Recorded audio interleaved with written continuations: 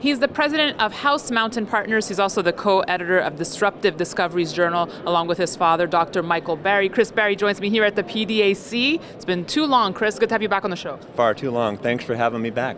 Now, I know you don't consider yourself a gold guy, so we'll talk about your expertise in a second. But first, I need to ask you about this rally. It's the longest rally we've seen at the start of the year since 1980. Sure. What do you make of the current price environment?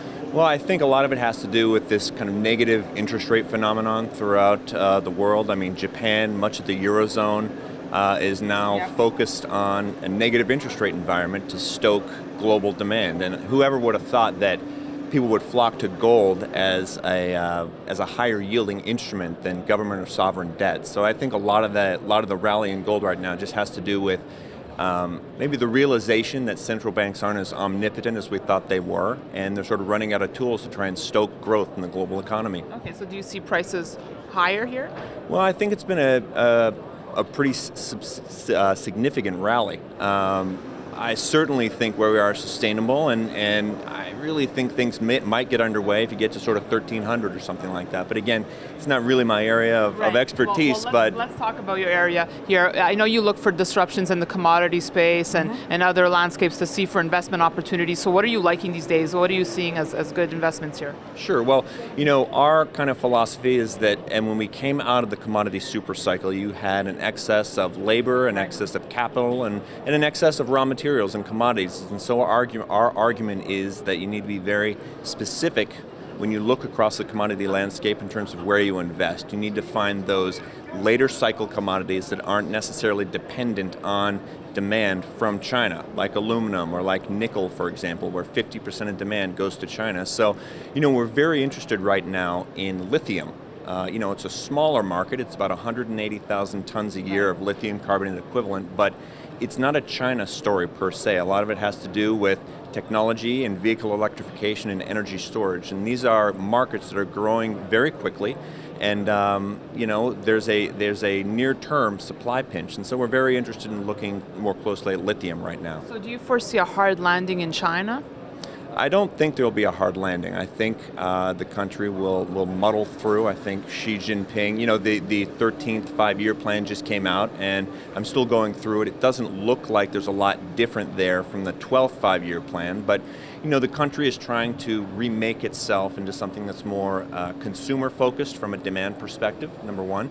And number two, also trying to turn itself into a Germany. In other words, be more of a manufacturing powerhouse. And so my argument, and one of the reasons why I'm so interested in these niche energy metals, as I call them, is you need access, you need a secure supply of the lithiums, the rare earths, the cobalts, and the graphites to really underpin that high-tech manufacturing base. What about uranium?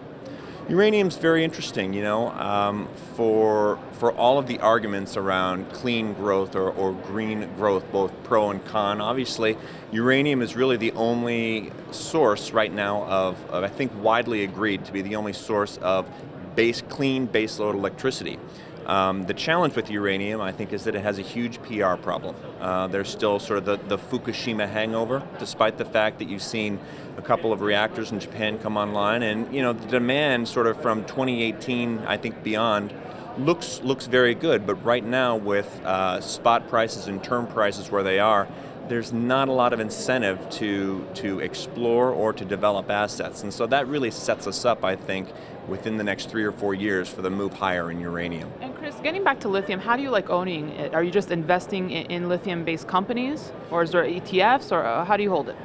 That's a good question, and one of the challenges with lithium is that there's no real easy way. There is an ETF, but the companies that are in the ETF aren't specific to lithium. In other words, the major lithium producers aren't pure plays. They're agricultural chemical companies, for lack of a better phrase. And so you've got this whole crop of juniors now that are trying to benefit from the recent price spike in lithium. And if they can get through the next couple of years and build sort of sustainable businesses and business plans, it'll be a really interesting place to be out over the next couple of years. Finally, Chris, I was watching a speech you gave back in November that had to do with Donald Trump, and you said his popularity shouldn't be discounted. So switching gears here, how do you see the political landscape here in the U.S. set up now? It's amazing. I think I gave that speech in November in Zurich in Switzerland, and I was just talking about, things, the presidential election in 2016, and the cat calls and the hoots and the hollers from the audience really took me by surprise. And that was, of course, before this, phenomenon of him gaining strength and steam. And so, it's, I guess every presidential election is more interesting than the last, but I think this one is in a league of its own. And, it looks like Cruz is starting to claw back some of the gains and the momentum that Trump had, but it's scary, I think, to a lot of different people in a lot of different ways, but it's going to be exciting. All right. Well, Chris, thanks so much for joining us. Thank you. And thanks for watching our coverage here from the PDAC 2016 in Toronto. We'll have more for you. Awesome, Chris.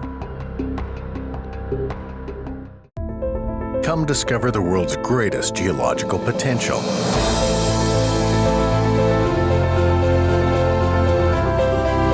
Our potential is your opportunity.